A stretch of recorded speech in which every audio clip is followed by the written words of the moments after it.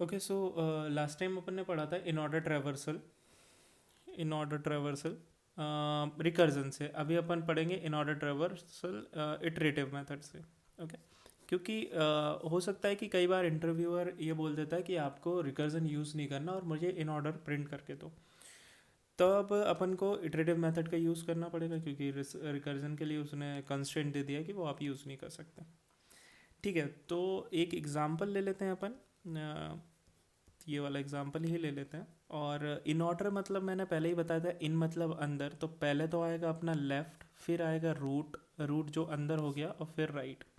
Okay, left, root और right. अगर in order वाली पहले रिकर्जन वाली वीडियो ना देखी हो तो लिंक डिस्क्रिप्शन में, वहाँ से जाके आप देख सकते हैं। Okay, left, root, right. तो इस वाली ट्री का अगर अपन इन ऑर्डर प्रिंट करते हैं तो सबसे पहले लेफ्ट आएगा जो कि है 2, फिर आएगा रूट जो कि है 1, और फिर आएगा राइट जो कि है 3। ओके, सो ये इसका हो गया है इन ऑर्डर। ठीक है, इस वाली ट्री का। अब अपन को यही चीज़ अपन को इटरेटिव तरीके से निकालनी है। तो अपन एक काम करते हैं, अपन लेते हैं एक स्टैक। ओके, स्टैक लेते हैं। स्टैक क्या होता है अपना कि जो सबसे लास्ट में डलेगा वही निकलेगा पहले। ओके, सो अपन इसको स्टैक के लिए अपन को अपन यूज़ करेंगे इसको। अगर S1 में नाम देता हूँ तो एज अ स्टैक वी करने के लिए नॉर्मल अपन पॉप करेंगे इसमें से। ओके, कोई भी इसमें आर्गूमेंट प्रिंट नहीं करेंगे। तो ये जो सबसे लास्ट में डला है वही वाला उठाएगा। ओके, सो इसमें सबसे पहले अपन रूट नोड डालते हैं। ओके, और रूट नोट और तब तक डालते जाते हैं लेफ्ट, क्योंकि अपन को सबसे पहले लेफ्ट निकालना है। तो अपन ट्री में सारी चीज़ें रूट नोड से लेकर लेफ्ट तक पूरी चीज़ें अपन अपेंड करेंगे। तो सबसे पहले रूट नोड अपेंड हुई। अब इसके लेफ्ट में गए, देखा क्या है, हाँ 2 है। तो 2 है तो 2 उसको अपेंड कर दिया। अच्छा, उसके लेफ्ट में गए तो 2 के लेफ्ट में क्या है, नन वैल्यू होगी। जैसे ही उसे नन वैल्यू मिली, उसने बोला कि भाई मुझे स्टैक का जो टॉप मोस्ट एलिमेंट है ना वो प्रिंट कर दो। तो इसने बोला कि हाँ, ठीक है भाई, मैं प्रिंट कर देता हूँ क्या, 2। ओके, अच्छा प्रिंट तो करो और उसके साथ साथ मुझे क्या करो, इसका राइट निकाल के दो। अच्छा, तो 2 का राइट क्या होगा, राइट निकाल के दो। तो 2 का राइट भी क्या है, नन। अच्छा, 2 यहाँ से पॉप हो चुका है। ठीक है, पॉप हो चुका है। पहले इसमें से पॉप किया, फिर अपन ने उसको प्रिंट किया और फिर उसका राइट चेक किया। तो 2 को प्रिंट कर दिया, उसका राइट चेक किया तो राइट भी है नन। तो बोलेगा भाई जैसे ही नन आता है, अभी यहाँ पे नन आया था तो अपन ने क्या करा, स्टैक में से सबसे ऊपर वाला एलिमेंट उठाया। अब उसके राइट में भी नन आया तो अपन बोलेंगे भाई सबसे ऊपर वाला एलिमेंट स्टैक में से मुझे उठा के दो। तो सबसे ऊपर अभी क्या है, 1। तो 1 को इसने पॉप किया, बाहर निकाला और प्रिंट कर दिया 1 को। और फिर जैसे अपन ने 2 का राइट चेक करा था, ऐसे ही अपन 1 का भी राइट चेक करेंगे। 2 का राइट चेक करा था, लेफ्ट होने के बाद 1 का लेफ्ट हो चुका है, अब इसका भी राइट चेक करेंगे। क्या 1 का राइट है, बोलेगा हाँ है। तो जैसे ही राइट मिलता है तो इसको अपेंड कर दो स्टैक में। ओके, अब जैसे ही अपन ने स्टैक में अपेंड करा, अब फिर बोलेगा फिर भाई मुझे लेफ्ट दो, लेफ्ट निकाल के दो।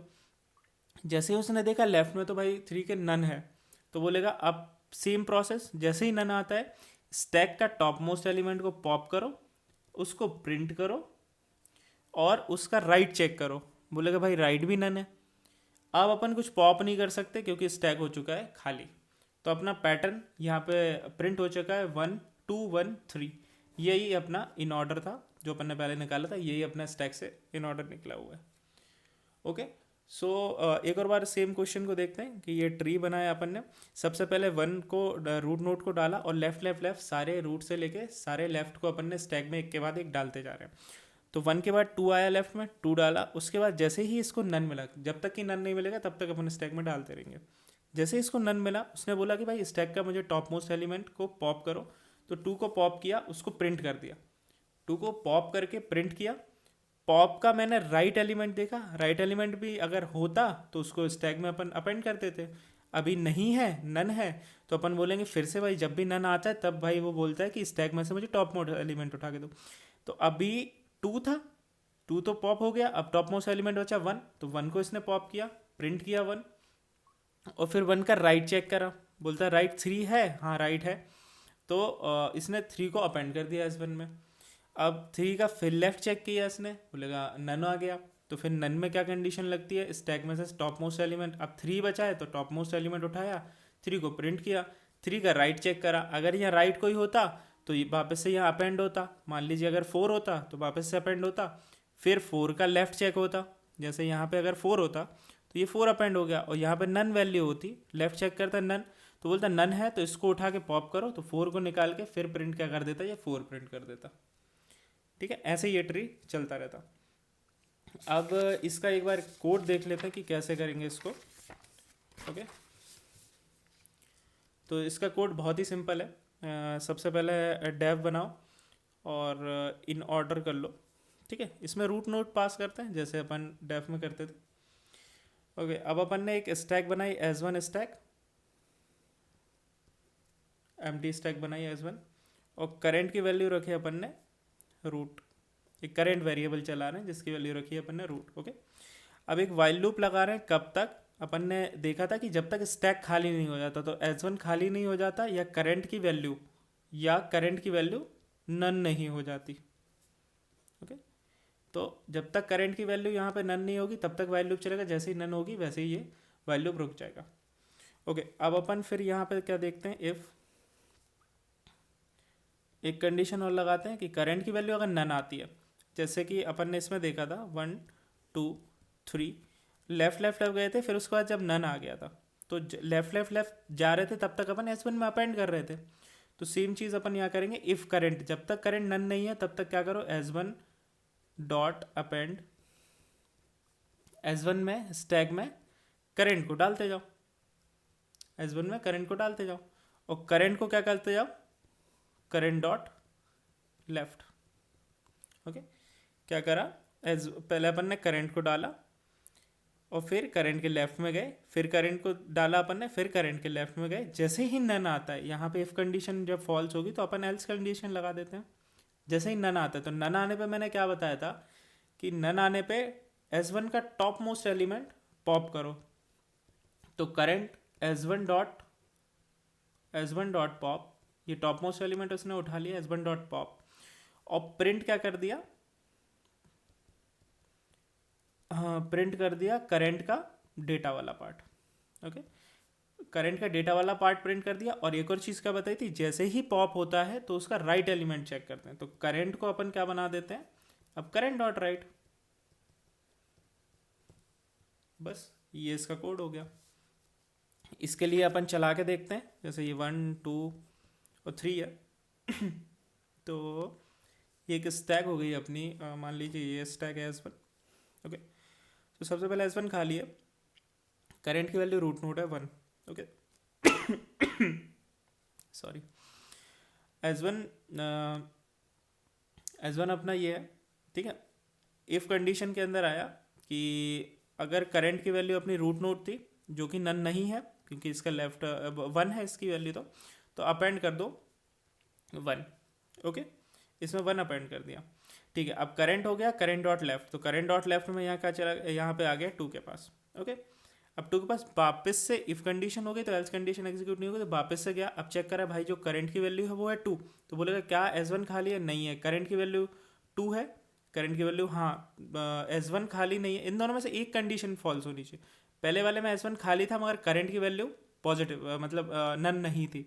ठीक है, इस वाले में S1 भी भर गया है और करंट की वैल्यू भी अपनी 2 हो गई है, तो ये भी नन नहीं है, तो अब वाइल कंडीशन अपनी एग्जीक्यूट होगी। फिर देखा 2 का क्या 2 अपना नन है, बोलेगा नहीं है, तो इफ कंडीशन के अंदर आएगा S1 डॉट अपेंड करंट, अब 2 इसमें अपेंड हो जाएगा। Okay, and current equals to current dot left, अब करंट 2 था, करंट डॉट लेफ्ट में नन, अब करंट की वैल्यू अपनी क्या हो गई, नन हो गई। ओके, करंट की वैल्यू जैसे ही नन हुई फिर से वाइल लूप में गया, करंट की वैल्यू तो नन हो गई मगर S1 अपना भरा हुआ है तो वापस से चलेगा। फिर इफ कंडीशन देखा क्या इफ पॉजिटिव है क्या, मतलब कोई वैल्यू है क्या, नन तो नहीं है, बोलेगा हाँ नन है, तो फिर इफ कंडीशन एग्जीक्यूट नहीं होगी, एल्स में जाएगा। एल्स में गया तो उसने बोला current equals to S1 dot pop, S1 dot pop, तो ये निकला, यहाँ से निकला, और करंट की वैल्यू अब क्या हो गई, 2 हो गई, क्योंकि current equals to S1 dot pop है। और फिर प्रिंट क्या कर दिया, करंट का डेटा, तो करंट का डेटा प्रिंट, करंट के डेटा से प्रिंट क्या हुआ 2। ओके, एंड फिर करंट का चेक करा राइट वाला पार्ट, करंट अब 2 है, 2 का राइट वाला पार्ट क्या है, नन है। फिर से इस कंडीशन में जाएगा, इसमें नहीं जाएगा, एल्स में जाएगा क्योंकि नन है। फिर बोलेगा भाई अब मुझे नन मिला तो फिर से मुझे पॉप करके दो पहला एलिमेंट। पहला एलिमेंट क्या था, 1 था, तो फिर से पॉप हुआ, करंट की वैल्यू अब क्या हुई, 1 हुई, और प्रिंट क्या कर दिया, करंट का डेटा जो कि है 1। ओके, प्रिंट 1 हो गया। अब 1 का बोलेगा, 1 का यहाँ से प्रिंट डेटा हुआ 1, फिर बोलेगा करंट को करंट राइट करो, तो 1 प्रिंट हुआ, करंट हुआ राइट, तो राइट पे आया 3। जैसे ही उसे 3 मिला, इफ कंडीशन एग्जीक्यूट हुई और अपेंड हो गया 3, इसमें 3 अपेंड हो गया, और करंट की वैल्यू हुई करंट डॉट लेफ्ट, मतलब कि वापस से नन। करंट ये बना और करंट का लेफ्ट क्या बन गया, नन।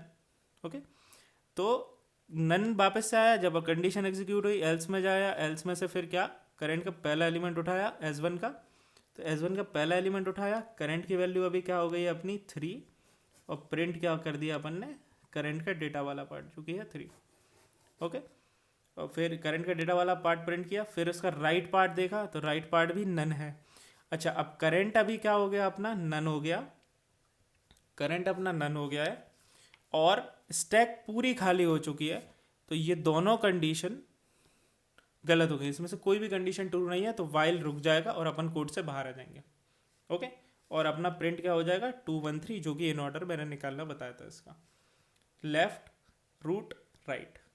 ओके, ये इसका इन ऑर्डर हो गया, ये कोड है, गीक्स फॉर गीक्स की लिंक रहेगी, उसमें सबमिट करके देख लेना। Okay, thank you so much.